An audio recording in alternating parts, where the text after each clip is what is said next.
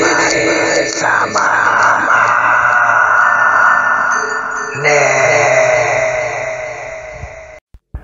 Ya, saudara dan saudari yang Brotherfy hormati sekalian, kita berjumpa lagi di dalam channel The Haunting Cruise dan PM. Pada malam ini, Brotherfy akan kongsikan kepada anda kisah yang datangnya daripada R.S. Suzy. Kisah yang bertajuk Mendiang Ahma Yuen. Kita bermula dengan satu dialog. Neng! Oi, Neng! Sini mari cepat lo! Tolong madam angkat ini katil! Sama ini kain cadar lo! Banyak keluar, bawa keluar sana! Mau kasih buang! Ahmad sudah mati! Tak mau lagi simpan ini semua! Haya. Kelihatan keluarga Tan sedang mengemas dan membersihkan bilik mendiang Ahma Yuen. Seminggu yang lalu, Ahma Yuen telah menghembuskan nafas terakhirnya setelah menderita penyakit strok melibatkan lumpuh separuh badan. Hampir 6 tahun lamanya, Ahma Yuen berusia 89 tahun ketika beliau pergi. Mempunyai 2 orang anak perempuan dan seorang anak lelaki. Madam Tan, anak perempuan yang sulung, telah berumah tangga dengan Datuk Richard, seorang ahli perniagaan, dan dikurniakan sepasang anak lelaki kembar. Rumah banglo tersergam indah di tengah bandaraya Kuala Lumpur menjadi syurga buat keluarga Tan. Neng atau nama sebenarnya Sulastri berasal dari Bogor, Indonesia. Beliau telah bekerja sebagai pembantu rumah di Malaysia hampir 8 tahun dan majikan yang paling lama beliau berkhidmat adalah keluarga Tan. Semenjak Ahma Yuen diserang penyakit strok atau angin ahmar, Madam Tan telah membuat keputusan menggunakan khidmat pembantu rumah khas untuk menjaga Ahma. Tugas Neng adalah memandikan Ahma Yuen, menyuapkan makan dan apa saja mengenai Ahma Yuen. Kerja-kerja mengemas rumah dan memasak untuk keluarga diuruskan sendiri Madam Tan kerana beliau suri rumah tangga sepenuh masa. Kisah yang ingin Kak Suzy kongsi adalah mengenai loceng yang digunakan Ahma Yuen untuk memanggil Neng. Loceng yang serupa seperti dalam filem Pengabdi Setan yang telah digunakan oleh watak seram utamanya, Ibu.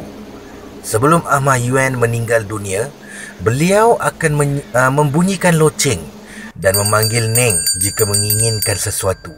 Contohnya, jika beliau ingin minum air, loceng akan dibunyikan. Dengar suara seraknya, Ahma Yuen memanggil Neng. Neng! Neng! Neng! Neng akan berhenti apa pun yang dilakukan, lalu berlari ke arah Ahma Yuen. Ya, Ahma. Neng datang. Begitulah hari-hari sehingga hari terakhir Ahma Yuen. Pagi itu, selepas membersihkan dan menyuap sarapan pagi kepada Ahma Yuen, Neng seperti biasa membasuh pakaian Ahma dan membersihkan bilik Ahma sementara Ahma dibawa Madam Tan bersiar-siar di taman halaman rumah banglo itu. Ahma Yuen gemar memberi makan kepada ikan koi yang dipelihara keluarga itu di dalam kolam ikan terletak di sudut banglo mewah tersebut. Selalunya, selepas menikmati udara nyaman luar rumah, Ahma Yuen akan rehat di biliknya dan tidur sehingga waktu makan tengah hari pada pukul 1. Beliau akan memanggil Neng sekali lagi untuk makan tengah hari. Loceng berbunyi. Tetapi pada hari itu, Neng terperasan. Jam sudah pukul 2.30 petang. Tiada bunyi loceng dari Ahma Yuen. Hairan sungguh kan? Neng mengambil semangkuk bubur nasi dan air teh Cina buat Ahmad Yuen di biliknya. Ama, bangun. Sudah masuk waktu makan tengah hari. Bangun, Ama. Neng memegang tangan Ama yang beliau sudah anggap sebagai ibunya. Tangan Ama yang berkedut terasa amat sejuk sekali. Neng meletakkan 2 jari di bawah hidung Ama.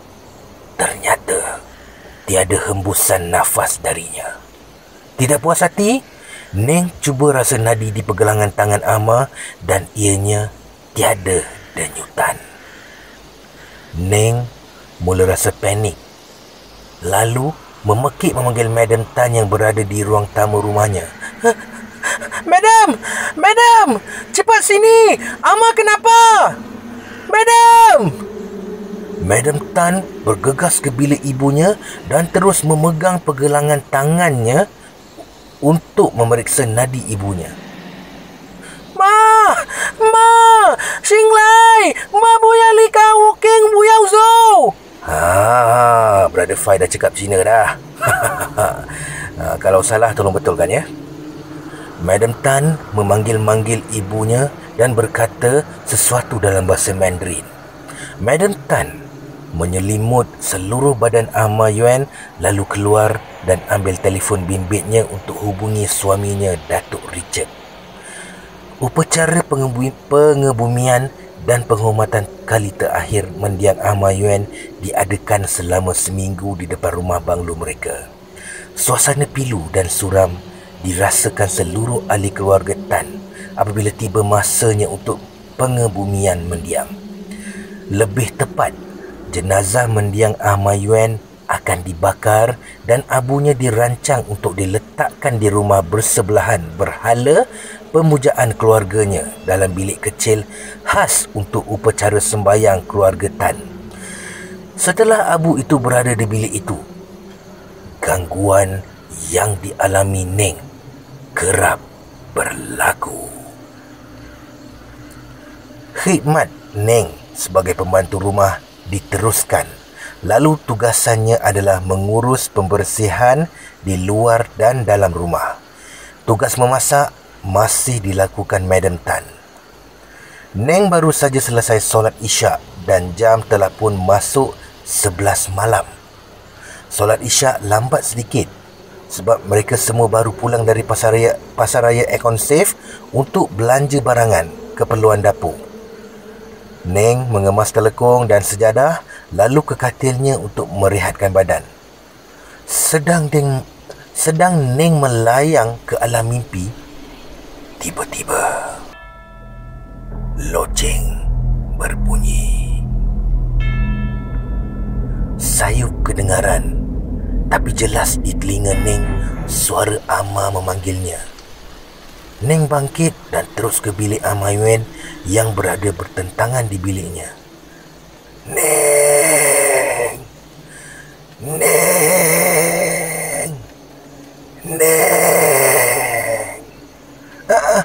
Iya, Ama, Neng datang.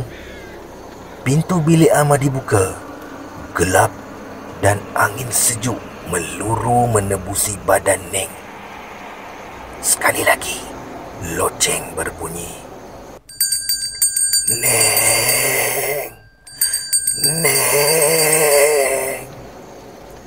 Neng tersedar bahawasanya Ahmad Yuen sudah meninggal. Neng tutup pintu bilik Ama dan kembali ke biliknya. Pintu biliknya dikunci lalu Neng menggigil di atas katil. Astaghfirullahalazim. Setan itu. Neng membaca ayat kursi dan surah yang lain. Bunyi loceng berkali-kali kedengaran. Neng ketakutan sehingga tertidur. Gangguan berlaku keesokan malam pula. Kali ini, gangguan berlaku jam 9.40 malam.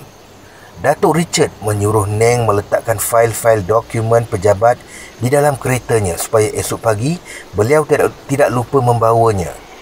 Neng mengikut arahan lalu mengambil fail-fail itu keluar ke ruang meletak kereta di halaman luar rumah banglo tersebut. Tweet. kunci alam yang dipicit Neng dari muka pintu utama rumah menuju pintu belakang kereta. Neng merasa seram sejuk dan seperti ada sesuatu di belakangnya. Selepas meletakkan fail-fail di tempat duduk belakang kereta Datuk Richard, Neng menutup pintu keretanya. Semasa Neng pusing dan ingin kembali ke muka pintu, Neng terperasan ada sesuatu di tepi kolam ikan koi di hujung banglo. Neng menghampiri kolam ikan itu. Alangkah terkejutnya Neng apabila melihat Ahma Yuen yang duduk di kerusi roda memandang ke arah kolam. Neng, mari sini dengan Ama. Neng berlari masuk ke dalam rumah dan terus ke bilik tidurnya. Ya Allah, ya Allah, ya Allah, ya Allah, ya Allah. Loceng berbunyi. Neng.